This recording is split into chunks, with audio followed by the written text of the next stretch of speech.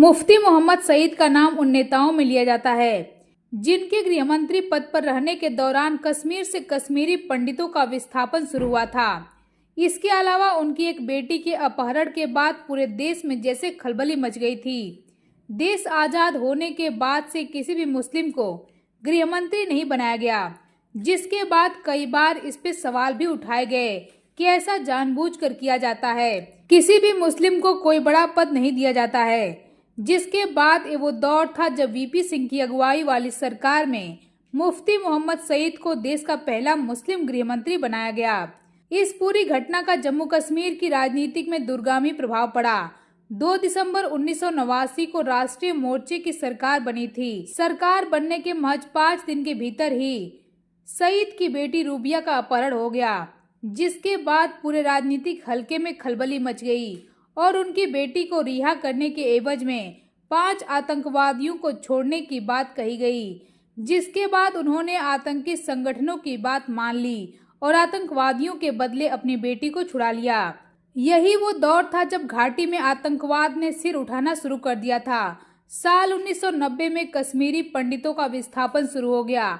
लाखों हिंदू विस्थापित हुए, बहन बेटियों के साथ दुराचार हुआ, लेकिन इसका परिणाम कुछ नहीं निकला।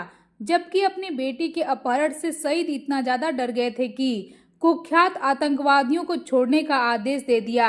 वहीं लाखों हिंदुओं के विस्थापन के लिए कोई ठोस कदम नहीं उठाया गया। वहीं उनके बारे में ये भी कहा जाता है कि वो समय के साथ अपनी राजनीतिक निष्ठाओं को बदलते रहते थे। साल 1999 में उन्होंने अपनी बेटी महबूबा मुफ्ती के साथ मिलकर खुद की राजनीतिक पार्टी पीपुल डेमोक्रेटिक पार्टी यानी कि पीडीए बना ली। इससे पहले मुफ्ती ने लंबा समय कांग्रेस में बिताया था। इससे पहले 1950 के समय में वो डेमोक्रेटिक नेशनल कॉन्फ्रेंस के सदस्य रहे। नेशनल कॉन्फ्रेंस में उनके प्रतिद्वंदी फारूक अब्दुल्ला थे।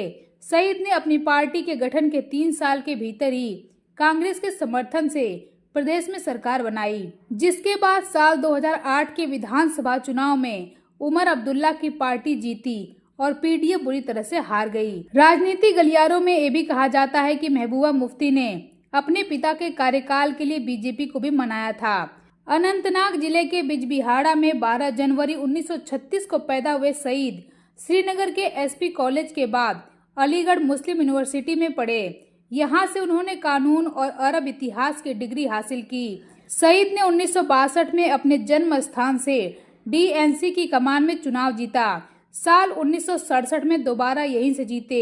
साल 1972 में वे कश्मीर में कैबिनेट मंत्री बने, जिसके बाद विधानसभा में कांग्रेस पार्टी के नेता बन गए। साल 1975 में कांग्रेस विधायक दल के नेता बने और फिर प्रदेश कांग्रेस अध्यक्ष बन गए। साल 2002 में मात्र 16 सीटें लेकर वे प्रदेश के मुख्यमंत्री बने। उस समय जम्मू कश्मीर कई मोर्चों पर समस्याओं का सामना कर रहा था। संसद पर हमले के बाद भारतीय सेना और पाकिस्तानी सेना एक दूसरे के सामने खड़ी थी और राज्य में निजी स्वतंत्रता पर प्रतिबंध लग गए थे।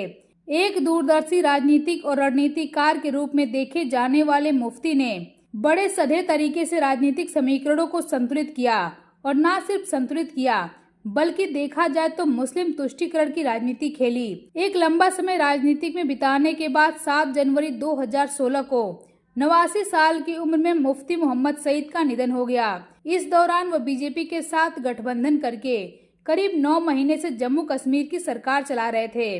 वे राज्य के 12वें मुख्यमंत्री थे।